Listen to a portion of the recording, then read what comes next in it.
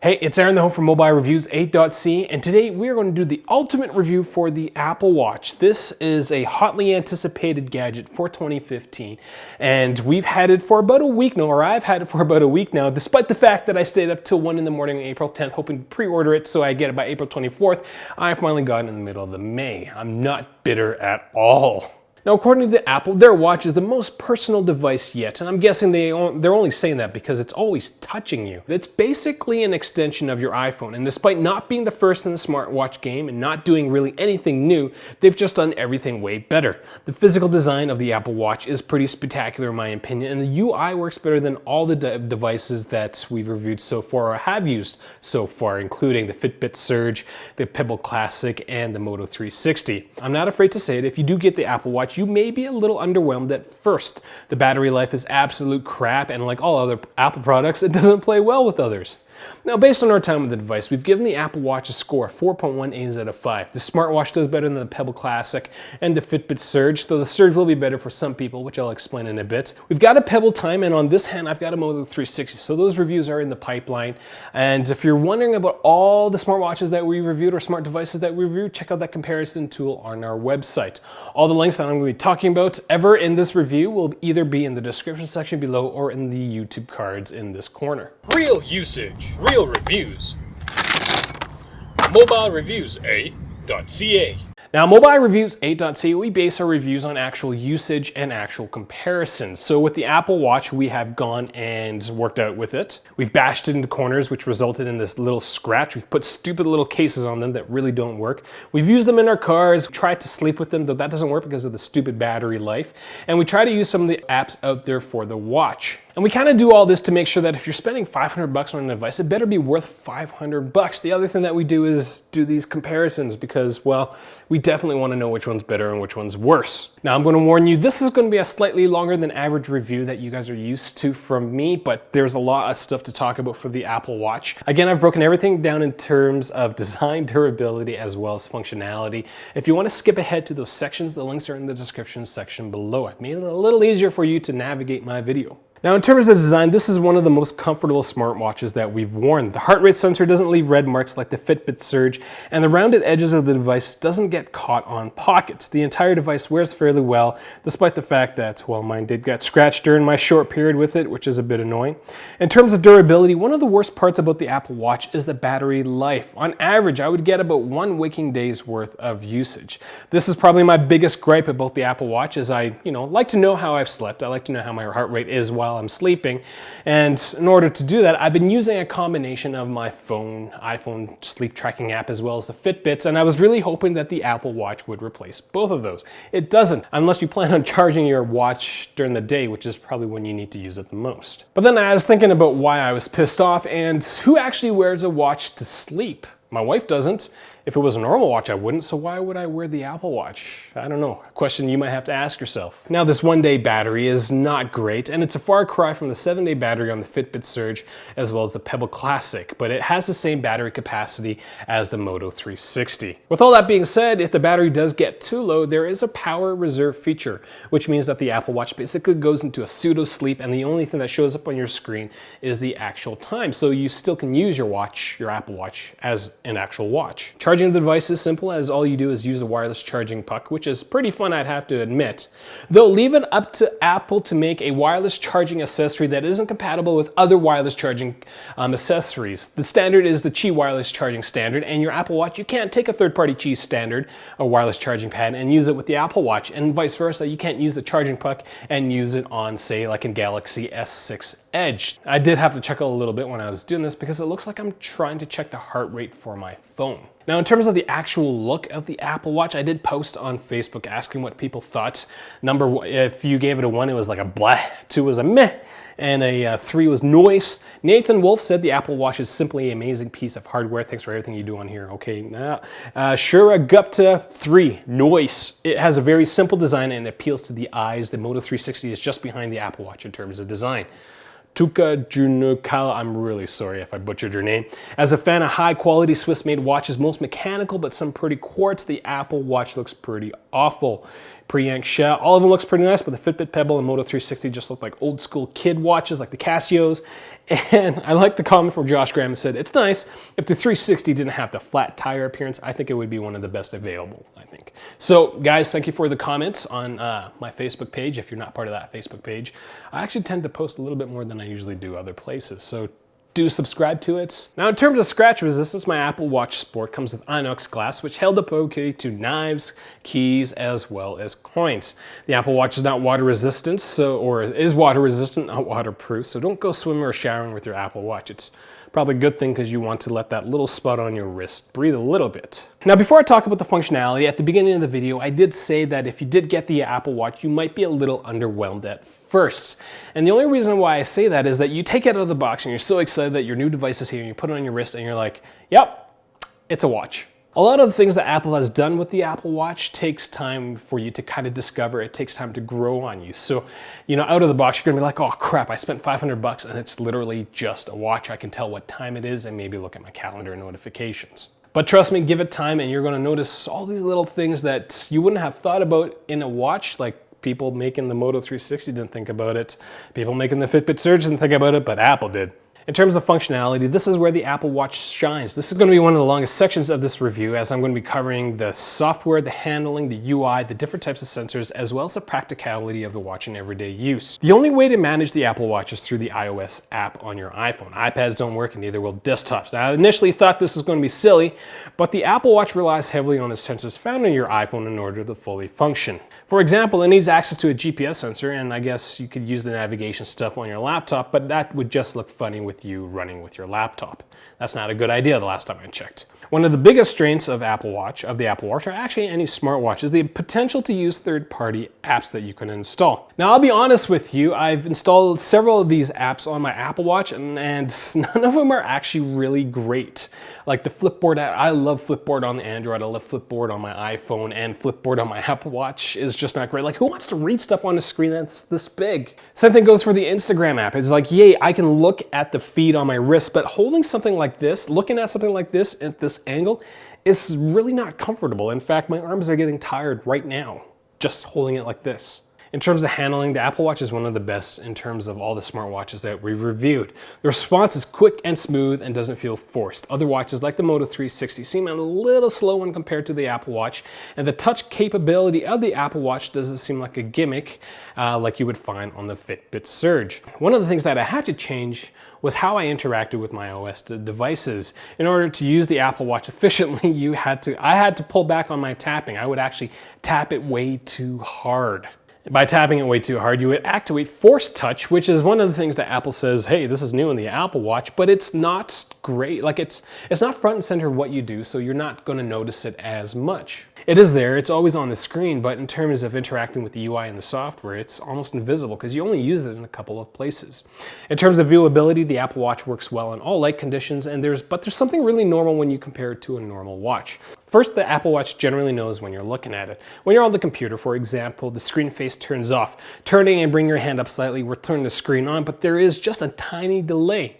Now, this is important because if you just had a normal watch and you just kind of looked up, you would see the time almost immediately and you flick your wrist back down. But not with the Apple Watch, you kind of have to turn it, wait a split second, and then it pops up. A little annoying. Between the Moto 360 and the Apple Watch, the 360 is a lot slower than the Apple Watch, so if you're really annoyed with stuff like that, stay away from the 360. The digital crown works well and is actually useful, and if you really do want to know more about it, I'm not going to talk about it, you can check out Apple's feature videos, but the little knob is actually way more useful than the other knobs that you'd find on devices like the 360, where the one button is actually quite useless. The button that I use the least on my Apple Watch is actually the power button / bringing up the friend wheel pane or window. The only thing I would really do with this friend wheel is play drunken wheel of texting, where you get liquored up, think of something really inappropriate, spin your digital crown on your friend wheel and see who it stops on, and then send that inappropriate thing to them via text, or actually force touch if you really wanted to draw on it. That thing is weird too. If you really want to know about it, check out the feature video on Apple's website. So with all these nice buttons, how is the actual UI? In general, I'm a big fan. Unlike other smartwatches by Pebble, Fitbit, and Android Wear, the Apple Watch seems to have depth in terms of the UI. All the other devices have a really two-dimensional UI, whereas the Apple Watch kind of has these layers and sections that you can kind of tuck away and open. The one thing I kind of parallel is that the Apple Watch is like a tiny toolbox that you kind of have to go in and get what you want, whereas in the other devices, you're kind of constantly scrolling, going through these really linear menus, and it gets kind of annoying.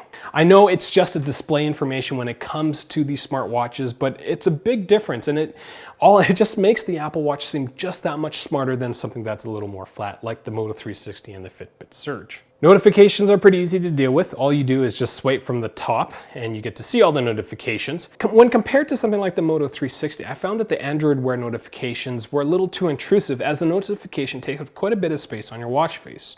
On the Apple Watch, after the initial notification, the information gets tucked up into the notification area, so rather than being in your face, all you have to do is stare at that little red light. That little red light is there to tell you that there are notifications, not because your Apple Watch is recording you, which is what I thought initially. Now I know it does sound like I've been bashing the Moto 360 and the Android Wears quite a bit through this entire review. There is one nice thing about the notifications that I really like on the Android Wear devices is that you get a notification, you can swipe and you can press open on phone, which is awesome.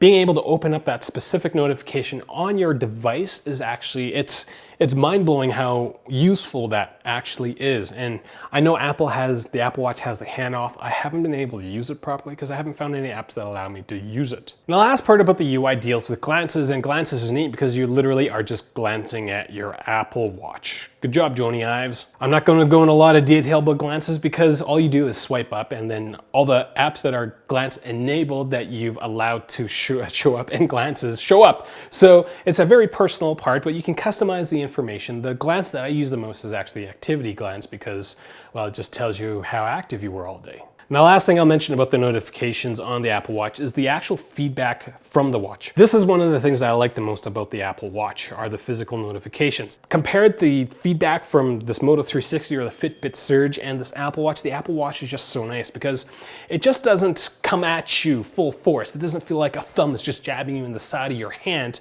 It kind of starts off soft and then it gets a little harder, and then, like, you know, your text notification, it goes zzz, ping, is something that's really hard to describe. And again, it's something you would have to go and figure out for yourself. In terms of customizing your Apple Watch, there isn't much you can do.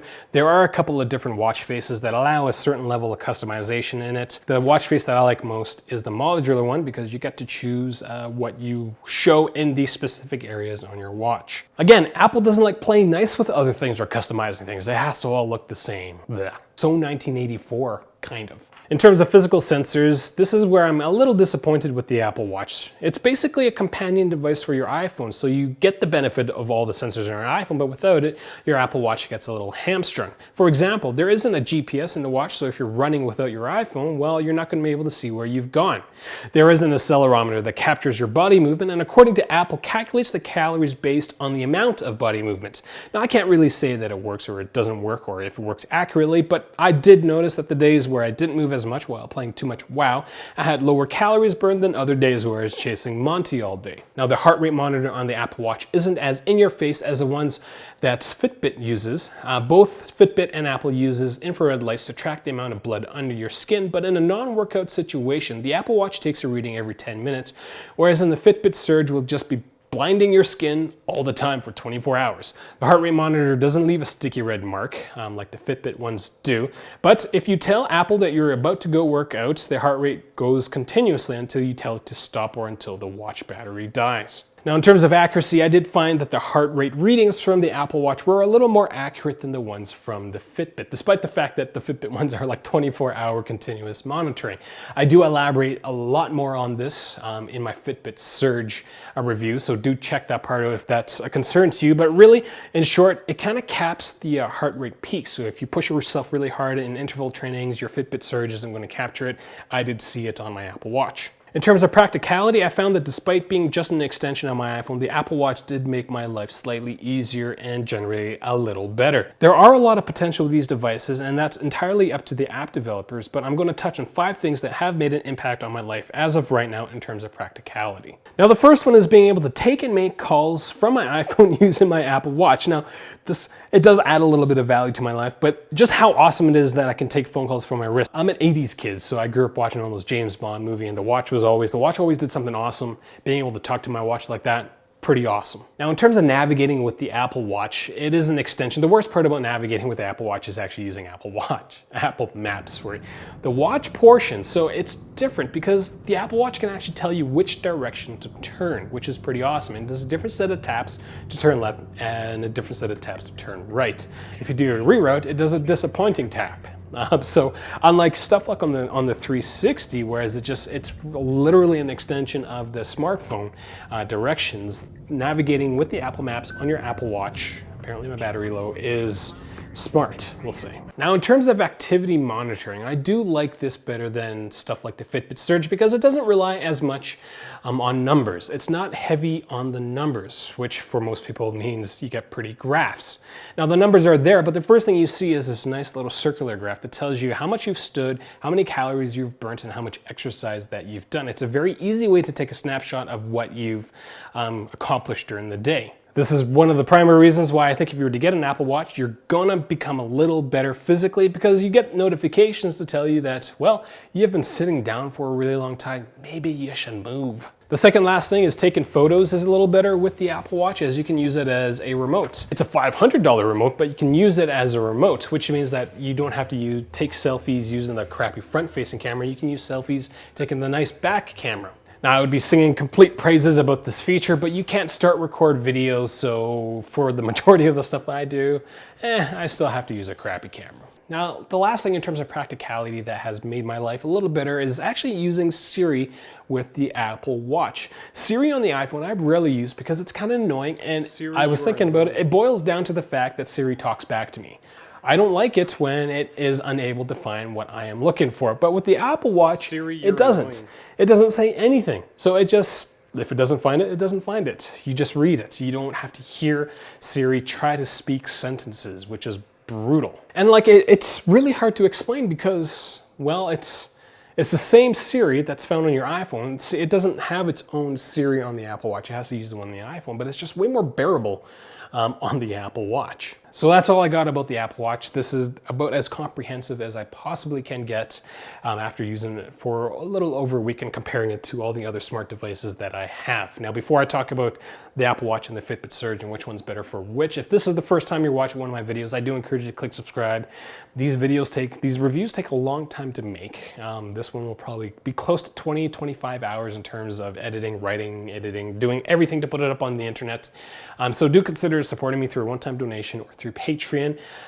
All this stuff comes out of my own pocket, so it gets pretty pricey, especially with devices. They're not cheap. So with the Fitbit Surge and the Apple Watch, one sentence summary: if you're a fitness person, go get the Fitbit Surge. If you are just a normal person, I consider myself a normal person. I go to the gym 2 to 3 times a week. I'm going to stick with the Apple Watch because it just tells me just enough information for me to know that I'm being healthy, whereas the Fitbit Surge allows you to capture so much more that you probably don't need if all you're doing is just going to the gym every once in a while. So that's all I got. Thank you for watching. Find us on Google+, Twitter, as well as Facebook. If you want to get involved in the videos and you want your name to be hosted or me to give you a shout out, subscribe to Twitter and head over to our Facebook page, give it a like, and ask a question. You answer it, maybe I'll use your name. Thanks for watching.